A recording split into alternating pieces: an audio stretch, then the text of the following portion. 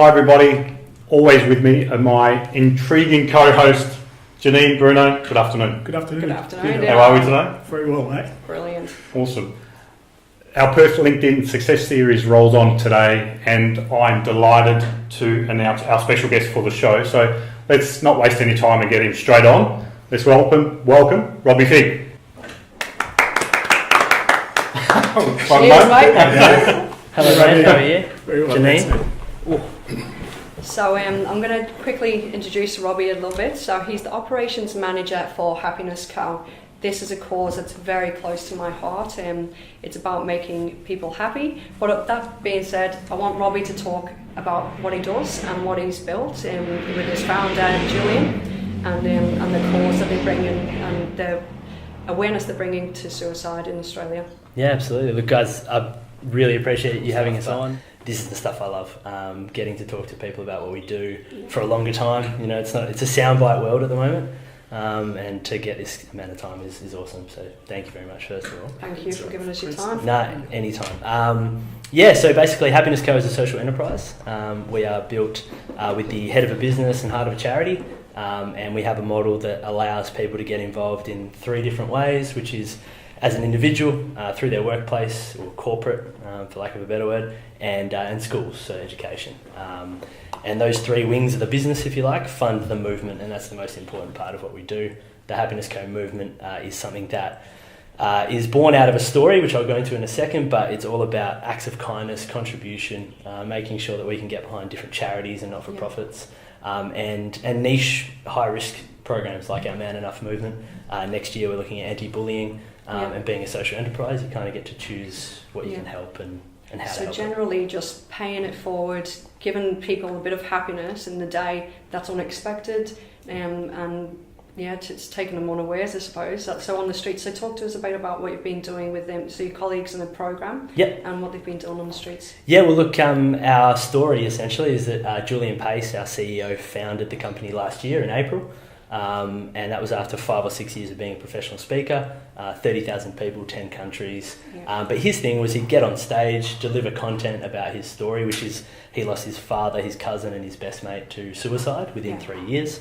So there'll be people out there that are professional speakers that get on stage, have an amazing story, deliver that just perfectly, and then what happens to the people that were impacted in the crowd? And that was his, I guess, MO, was to look forward from, let's do some speaking, let's do some keynotes, let's do some programs that impact, but let's have something further to that. And we do that by online programs for the individuals, corporate workshops and things like that. But as I said, we get to choose our purpose for the year or over the calendar.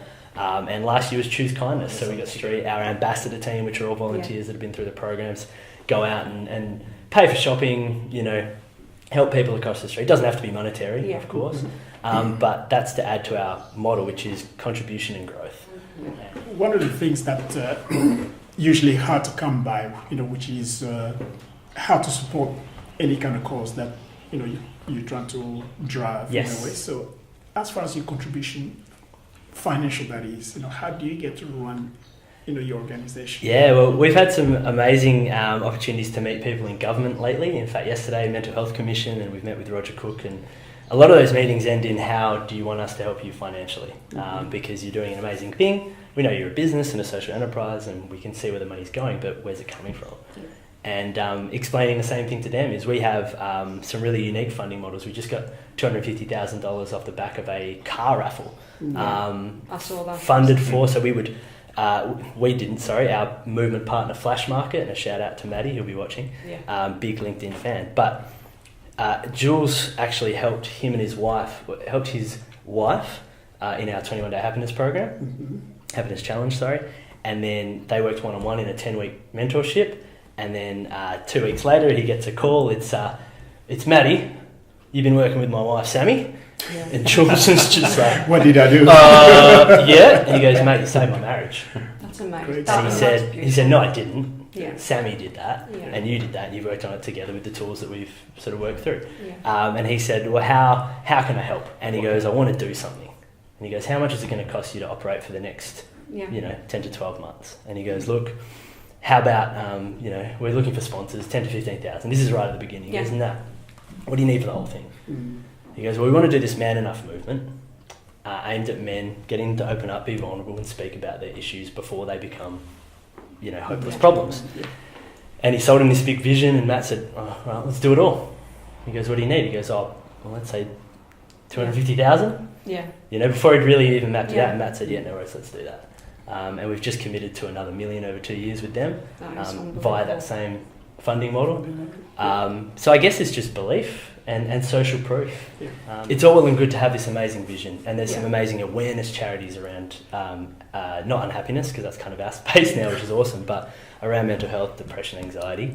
And our idea is to catch them before they go down that slope, and everyone who's been through stress, anxiety, depression, or experienced someone who's going through it, know that it's a very quick slide from unhappiness to depression.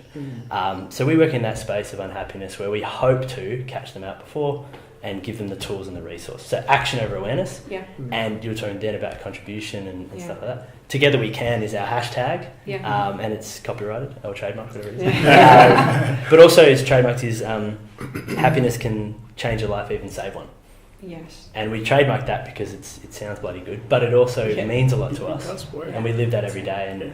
And there's a lot of businesses out there who much like yours, Janine, following your journey, started with a purpose and a why, and we hear about that all the time, but actually live that day to day. And I think organically you're going to get more clients, if you like, this is the corporate speak coming out, but more clients, more investment, and people believing in you enough to give you money without any return, no tax breaks, nothing like that, because they believe in it.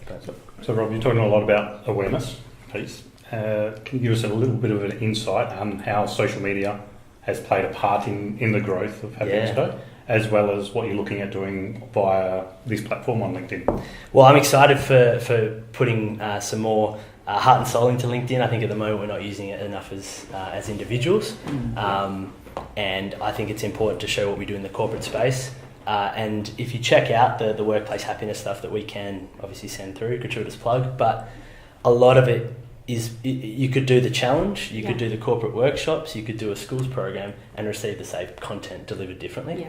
So for Facebook, for example, we grew from 0 to 100,000 in 10 months. That's amazing, and that's what I was going to say. So what you now need to do, so what you're going to do is shift that platform. You should then go into the corporate space, which is LinkedIn, really, because it is a corporate app.